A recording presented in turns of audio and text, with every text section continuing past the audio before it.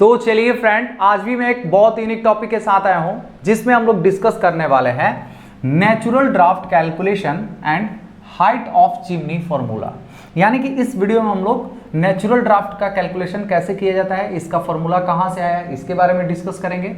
दूसरा, height of chimney calculate करने का जिस फॉर्मूला का हम लोग यूज करते हैं वो फॉर्मूला कहां से आया है, यानी कि उसका डेरिवेशन कैसे किया जाएगा, वो फॉर्मूला कहां से आया है, उसी के बारे में इस वीडियो में हम लोग डिस्कस करने वाले हैं। तो देखिए, अगर आप बीओई का प्रिपरेशन कर रहे हैं तो बीओई पॉइंट व्यू से ये जो टॉपिक है वो बहुत ही इंपॉर्टेंट है, क्योंकि चिमनी हाइट पर एक ना एक क्वेश्चन जरूर आ जाता है। तो इस वीडियो में हम लोग चिमनी हाइट का जो फॉर्मूला है उसका डेरिवेशन को डिटेल से समझने वाले हैं। तो हमारे साथ बने रहिएगा, पूरे एंड तक वीडियो देखिएगा, बहुत ही इंफॉर्मेटिव होने वाला है। तो चलिए इस वीडियो को करते हैं स्टार्ट।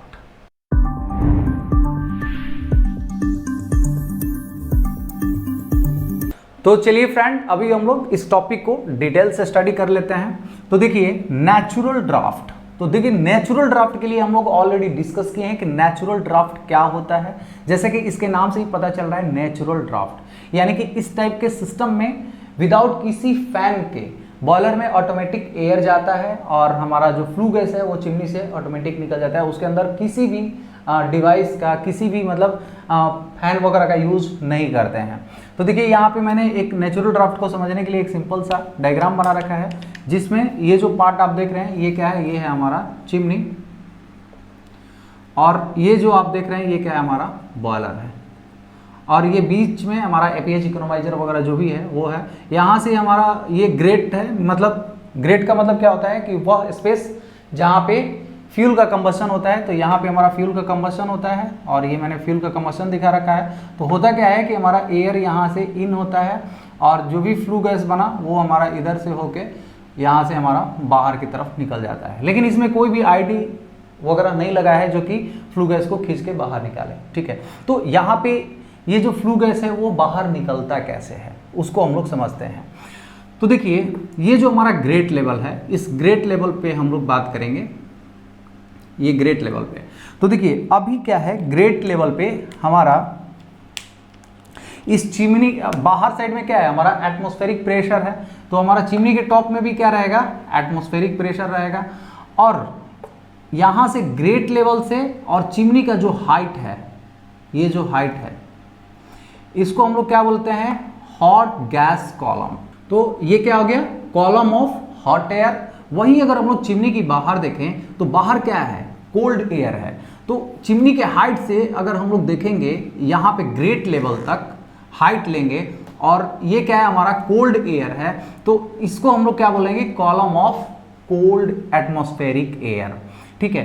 तो इसको मैं यहाँ पे भी हमारा क्या है, एटमॉस्फेरिक प्रेशर जो है वो एक्ट है, क्योंकि हमारा एटमॉस्फेरिक प्रेशर चिमनी के हाइट पे है, तो यहाँ पे भी हमारा एटमॉस्फेरिक प्रेशर है। तो अभी हम लोग को अगर ड्राफ्ट फाइंड आउट करना है, ड्राफ्ट कैलकुलेट करना है, तो हम लोग कैसे करेंगे कि ये जो हमारा ग्रेट लेवल पे है इसका इस जगह पे, और जो हमारा ग्रेट लेवल इनसाइड जो है उस जगह पे, यहाँ पे क्या है, कोल्ड एयर है, यहाँ पे क्या है, हॉट गैसेस है। तो इस हॉट गैस की वजह से यहाँ पे प्रेशर कितना है, और इस कोल्ड एयर की वजह से इस ग्रेट लेवल पे प्रेशर कितना है। तो इसको मान लेते हैं कि ये क्या है, हमारा P1 है, यानी कि जो हमारा कोल्ड एयर की वजह से जो प्रेशर डेवलप होगा उसको हम लोग P1 अज्यूम करते हैं, और जो हमारा हॉट गैस की वजह से प्रेशर जनरेट होगा यहाँ पे, उसको मैं P2 अज्यूम करता हूँ। तो अगर आपको P1 कैलकुलेट करना है तो क्या करेंगे, तो जैसा कि हम लोग देख रहे हैं कि यहाँ पे क्या है, एटमॉस्फेरिक प्रेशर है। तो पहले तो हमारा एटमॉस्फेरिक प्रेशर हो गया भैया, ठीक है।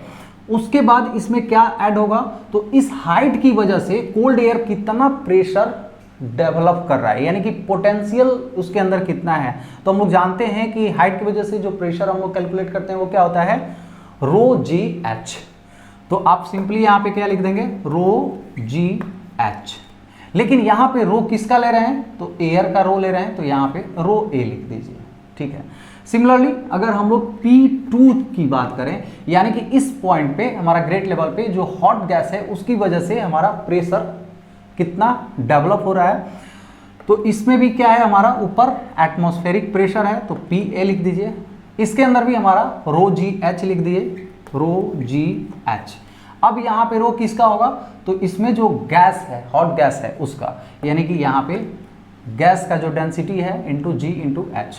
तो ये क्या होगा, हमारा दोनों पॉइंट पे प्रेशर हम लोग कैलकुलेट कर लिए। लेकिन यहाँ पे एक चीज हम लोग जानते हैं कि जो हमारा एयर का टेम्परेचर है और जो हमारा यहाँ पे गैस है उसका टेम्परेचर है, टेम्परेचर किसका ज़्यादा है, तो इसका टेम्परेचर ज़्यादा है, इसका टेम्परेचर क्या है, कम है। और हम लोग जानते हैं कि जैसे जैसे एयर का टेम्परेचर हम लोग बढ़ाते हैं तो उसका डेंसिटी क्या होता है, कम होता है। इसका मतलब कि अगर हम लोग डेंसिटी की बात करें तो हमारा जो एयर का जो डेंसिटी होगा, density of air is more than density of gas.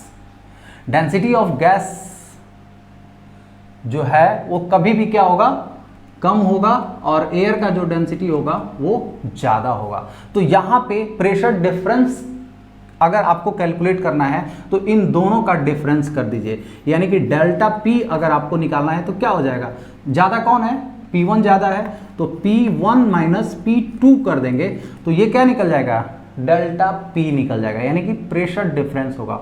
और जहाँ पे भी प्रेशर डिफरेंस होता है, जैसे कि जहाँ कभी भी हम लोग जानते हैं कि जो एयर का फ्लो होता है वो क्या होता है, हाई प्रेशर से लो प्रेशर की तरफ होता है। तो इनसाइड में प्रेशर क्या है, कम है, क्योंकि इसका डेंसिटी कम है तो इसका प्रेशर क्या होगा, कम होगा।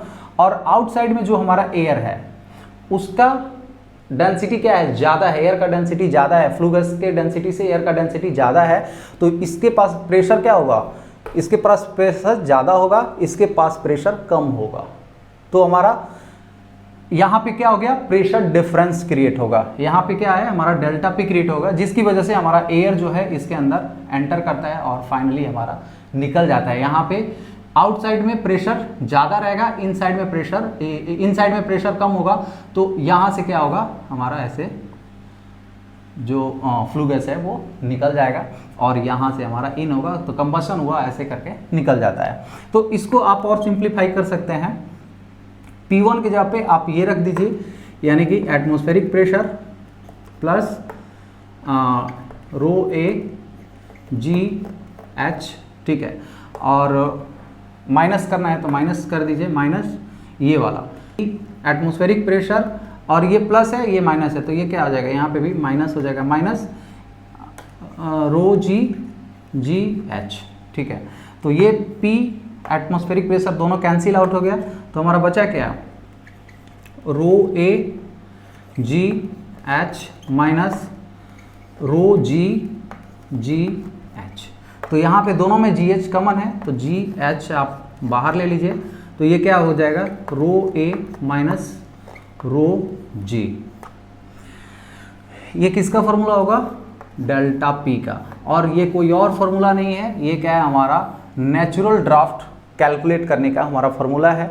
यानी कि इसी फॉर्मूला, ये जो डेल्टा P है, यानी कि यही प्रेशर डिफरेंस है जिसकी वजह से हमारा जो कोल्ड एयर है वो बॉयलर के अंदर जाता है और हॉट एयर जो है वो चिमनी से बाहर निकल जाता है। तो इस फॉर्मूला की मदद से आप बहुत ही आसानी से जो नेचुरल ड्राफ्ट का कैलकुलेशन है वो कर पाएंगे। तो चलिए अभी हम लोग देखेंगे कि इसी फॉर्मूला की मदद से, हम लोग कैसे चिमनी हाइट को कैलकुलेट करने के लिए हम लोग फार्मूला का डेरिवेशन करते हैं इसी फार्मूला से, ठीक है। तो देखिए यहाँ पे क्या है, डेंसिटी ऑफ एयर है और डेंसिटी ऑफ गैस है। इसको हम लोग और सिंप्लीफाई करने के लिए टेम्परेचर में हम लोग कन्वर्ट कर लेते हैं। यानी कि जैसा कि हम लोग जानते हैं कि हमारा बॉयलर के अंदर टेम्परेचर का मेजरमेंट बहुत ही आसानी होता है, डेंसिटी का मेजरमेंट के लिए आपको कैलकुलेशन करना पड़ता है। तो ये जो फॉर्मूला है इसको हम लोग टेम्परेचर के फॉर्म में कन्वर्ट करते हैं। डेंसिटी है तो डेंसिटी को टेम्परेचर में करने के लिए हम लोग क्या करेंगे, तो देखिए एक गैस इक्वेशन होता है,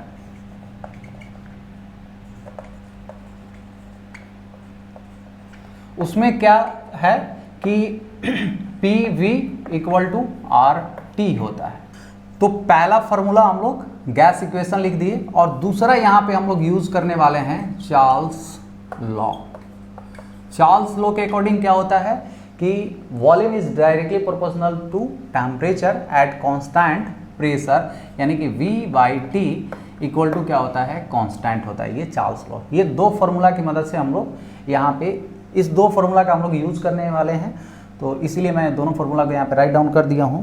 ठीक है, क्योंकि देखिए डेंसिटी इक्वल टू क्या होता है, मास अपॉन वॉल्यूम, मास अपॉन वॉल्यूम। तो यहाँ पे हमें मास भी चाहिए और वॉल्यूम भी चाहिए, एयर का भी मास चाहिए, फ्लू गैस का भी मास चाहिए, और फ्लू गैस का वॉल्यूम भी चाहिए, और एयर का वॉल्यूम भी चाहिए, यहाँ पे हमको निकालना है। तो वॉल्यूम निकालने के लिए हम लोग इन दोनों फार्मूला का यूज़ करेंगे, ठीक है। तो चलिए अभी हम लोग देखते हैं कैसे निकालेंगे। तो सबसे पहले एक हम लोग रेफरेंस कंडीशन मान लेते हैं।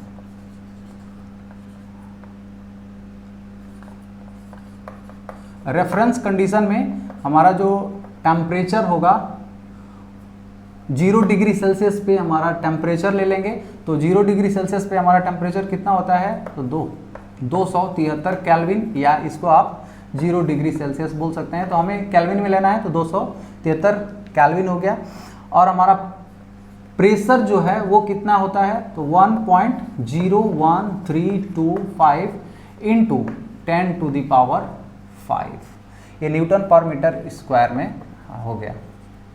ये हमारा प्रेशर हो गया, और ये हम लोग टेम्परेचर, यानी कि एयर जो है उसको रेफरेंस कंडीशन पे, यानी कि एयर का 0 डिग्री सेल्सियस टेम्परेचर पे वैल्यू लिख दिया हूँ, और एटमॉस्फेरिक कंडीशन में इसका वैल्यू लिख दिया हूँ। और इसी की मदद से हम लोग ये दोनों फार्मूला का यूज़ करके कैसे निकालेंगे आप देखते रहिएगा। तो देखिए PV इक्वल टू RT, ठीक है। इस फार्मूला से हम लोग पहले वॉल्यूम निकाल लेते हैं। तो V यहाँ से निकालने के लिए क्या करेंगे, RT अपॉन P। तो रेफरेंस कंडीशन पे अगर आपको निकालना है तो क्या हो जाएगा, ये V0 हो जाएगा, ये T0 हो गया, ये P0 हो गया, ठीक है, ऐसा हो जाएगा। तो V0 अगर आपको निकालना है तो क्या होगा, R का वैल्यू होता है 287 कर दीजिए, इनटू T0 यानी 273, और डिवाइड किससे कर देना है, तो 1.01325 इंटू 10⁵। तो इसको जब हम लोग सॉल्व करेंगे तो हमारा वैल्यू कितना आ जा रहा है,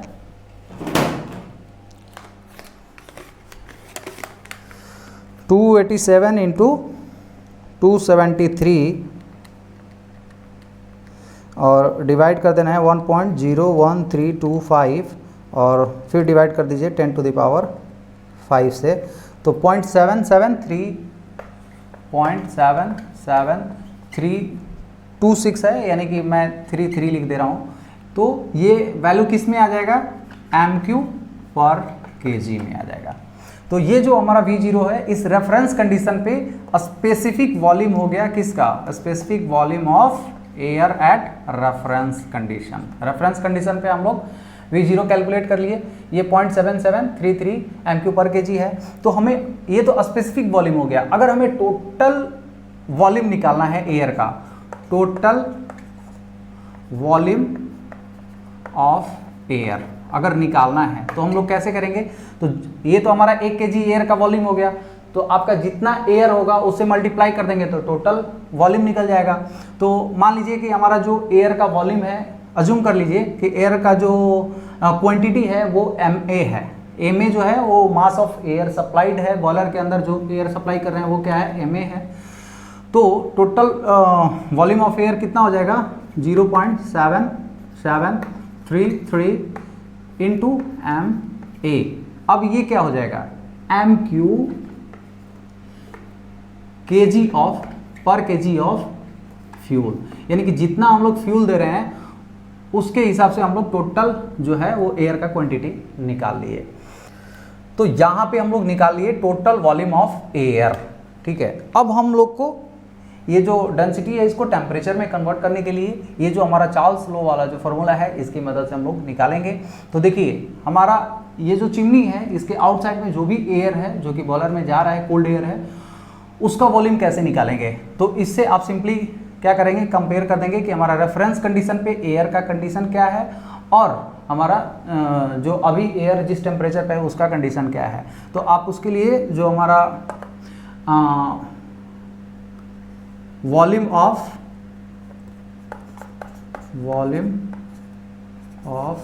कोल्ड एयर आउटसाइड चिमनी, इसको निकालने के लिए हम लोग क्या करेंगे, तो देखिए V/T, तो V by T equal to V by T. तो v यहाँ पे हमारा जीरो कंडीशन हो गया, एक हमारा ये जो हमारा अभी एयर का कंडीशन है वो हो गया। तो इसको कैलकुलेट करने का यहाँ से ही मैं फार्मूला लिख देता हूँ। तो हमें क्या निकालना है, वी ए निकालना है। तो ये क्या होगा, we zero T A upon T zero. इस फार्मूला में रख देंगे तो हमारा क्या निकल के आ जाएगा, वी ए। तो V A equal to direct आप निकाल लीजिए, वी जीरो हमारा कितना है, वी जीरो का वैल्यू हमारा ये वाला आया है। टोटल वॉल्यूम ऑफ एयर कितना है, तो 0.7733 इंटू एम ए है, और टी जीरो नीचे है, तो टी जीरो का वैल्यू हमारा कितना है, 273 केल्विन है। ये है वो यहाँ पे आप लिख दीजिए। इस तरह से हम लोग वी ए निकाल लिए, मास ऑफ एयर पता है, तो डेंसिटी ऑफ एयर वाला जो सिस्टम है वो निकल जाएगा। यानी कि density of air equal to क्या होता है, density equal to air equal to mass upon volume. ठीक है, तो एम ए का वैल्यू हमारा, यहाँ से दूसरे पेन से लिख देता हूँ, एम ए का वैल्यू हमारा कितना है, तो एम ए है, मास ऑफ एयर है, और वी ए के जगह पे हमारा ये आया है, तो टोटल आप यहाँ पे लिख दीजिए 0.7733 इंटू एम ए, ठीक है, इंटू टी ए, और डिवाइड कर देना है किससे, 273। तो ये वाला पार्ट ऊपर चला जाएगा, यानी कि 273 इंटू ये जो एम ए है, एम ए कैंसिल हो गया, ठीक है, 273 और 7733 इंटू ये T A 1 upon T A नीचे हो जाएगा। तो इसको जब हम लोग सॉल्व करेंगे तो हमारा वैल्यू कितना आ जाएगा, 273 डिवाइड 0.7733, तो 353 आ रहा है, 353 अपॉन टी ए। यानी कि हम लोग डेंसिटी ऑफ एयर के जगह पे क्या लिख सकते हैं, 353 अपॉन टी ए। तो अभी हम लोग निकालते हैं कि हमारा जो हॉट गैस है इसका वॉल्यूम कैसे निकालेंगे। यानी कि जैसे हम लोग volume of cold air outside the chimney निकाले, वैसे ही volume of hot gas inside chimney निकालेंगे। Volume of hot gas inside chimney, इसको निकालने के लिए हम लोग क्या करेंगे, सिमिलरली सेम फॉर्मूला का यूज करेंगे। तो यहाँ पे हमारा जो वी ए था ये क्या हो जाएगा, वी जी हो जाएगा, और वी जीरो ही रहेगा, और टी ए के जगह पे टी जी हो जाएगा, और नीचे क्या हो जाएगा, टी जीरो। तो यहाँ से आप वी जी जो है आसानी से कैलकुलेट कर सकते हैं। वी जीरो का वैल्यू हमारा कितना है, वी जीरो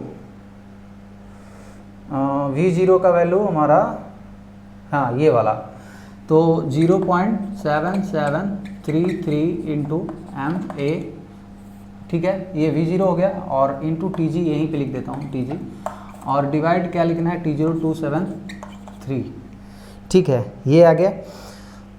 अब यहाँ पे जैसे हम लोग यहाँ पे मास ऑफ एयर माने थे एम ए, तो मास ऑफ फ्लू गैस क्या होगा, तो हम लोग जानते हैं कि मास ऑफ एयर में 1 kg ऐड कर देंगे तो मास ऑफ फ्लू गैस निकल जाएगा।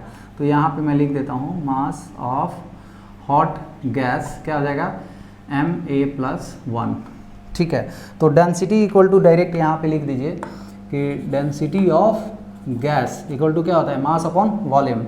मास हम लोग कितना अज्यूम कर लिए, एम ए प्लस 1, और वॉल्यूम हमारा वी जी आया है ये वाला 0.7733 into M A into T G upon 273। इसको और सिंप्लीफाई करेंगे तो नीचे वाला ऊपर चल जाएगा, यानी कि एम ए प्लस 1 नीचे रहता है, और 273 डिवाइड में क्या हो जाएगा, 0.7733 into M A into T G. तो इसको जब हम लोग डिवाइड कर रहे हैं तो कितना आ रहा है, 353 आ रहा है। तो 353 ये वाला बच गया, एम a+1/ma और इनटू यहीं पे डायरेक्ट लिख दीजिए Tg जो है वो, यानी कि इसका डेंसिटी कितना आ रहा था 353/Ta और इसका डेंसिटी कितना आया 353/Tg इंटू ma+1/ma। ठीक है, तो ये दोनों डेंसिटी आ गया। अभी मैं इसको यहाँ से इरेज कर देता हूँ और इसमें हम लोग डायरेक्ट पुट करेंगे और वैल्यू देखेंगे कि कितना वैल्यू आ रहा है। तो इधर का मैं इरेज कर दिया हूँ, हम लोग दोनों का डेंसिटी निकाल लिए थे। तो अब हम लोग डायरेक्ट इस डेल्टा पी में जो वैल्यू है वो रख देंगे। डेल्टा पी इक्वल टू अब क्या हो जाएगा, G इंटू एच जो है ये ऐसे ही रह जाएगा। रो ए का वैल्यू 353/Ta माइनस हमारा रो जी है, तो रो जी का वैल्यू कितना आया है 353/Tg इंटू ma+1 यानी कि मास ऑफ एयर +1/ma ये था। अब यहाँ से हम लोग क्या कर सकते हैं, 353 दोनों में है तो इसको आप बाहर निकाल लीजिए। तो 353 इंटू जी इंटू एच और 1/Ta हो जाएगा माइनस ये क्या हो जाएगा ma+1/ma और इंटू 1/Tg। ठीक है, ये आ गया हमारा डेल्टा P का वैल्यू। तो आप देखे होंगे कि जो हम लोग हाइट ऑफ चिमनी कैलकुलेट करते हैं उसमें क्या रहता है HW, वो फॉर्मूला कैसे होता है HW equal to 353H1/Ta minus ma+1/ma into 1/Tg। तो ये किस में होता है mm ऑफ वाटर कॉलम। इस तरह से जो चिमनी का हाइट कैलकुलेट करने का फॉर्मूला होता है वो ये होता है। तो नेक्स्ट वीडियो हम लोग देखेंगे कि इसी फॉर्मूला की मदद से यानी कि डेल्टा पी का जो फॉर्मूला हमारा है इस फॉर्मूला से कैसे हमारा ये फॉर्मूला डेवलप होता है, यानी कि draft in term of water column. और नेक्स्ट उसी वीडियो में हम लोग डिस्कस करेंगे कि draft in term of hot gas column की वजह से जो हमारा मतलब कि यहाँ पे दो आपका फॉर्मूला डेवलप होता है। एक हम लोग का हाइट निकालना है इस कोल्ड एयर की वजह से, तो यानी कि वाटर कॉलम की वजह से, और एक होता है हॉट गैस कॉलम की वजह से फार्मूला निकालना मतलब कि चिमनी हाइट कैलकुलेट करने का फार्मूला दो होता है। तो नेक्स्ट वीडियो में उसको ये वाला और वो दूसरा फार्मूला हम लोग डिस्कस करेंगे। ये वीडियो काफ़ी लेंथी हो गया, तो आज के लिए बस इतना ही। उम्मीद करता हूँ कि ये जो फार्मूला है आपको बहुत ही आसानी से समझ में आ गया होगा कि कैसे हम लोग ये जो आपको नेचुरल ड्राफ्ट निकालना है तो इससे निकाल सकते हैं। अगर आपका टेम्परेचर वगैरह में दिया है तो इस तरह से यहाँ से भी आप नेचुरल ड्राफ्ट जो है वो कैलकुलेट कर पाएंगे। तो ये था आज के लिए ऑल अबाउट। उम्मीद करता हूँ ये वीडियो आप लोग को अच्छे से समझ में आ गया होगा। अगर मेरा वीडियो आप लोग को अच्छा लगा, इन्फॉर्मेटिव लगा, तो प्लीज़ मेरे वीडियो को लाइक कर दीजिए। अगर मेरे चैनल पर आप डिस्कशन में नए हैं तो प्लीज़ मेरे चैनल को सब्सक्राइब कर दीजिए। तो चलिए friends, thank you so much.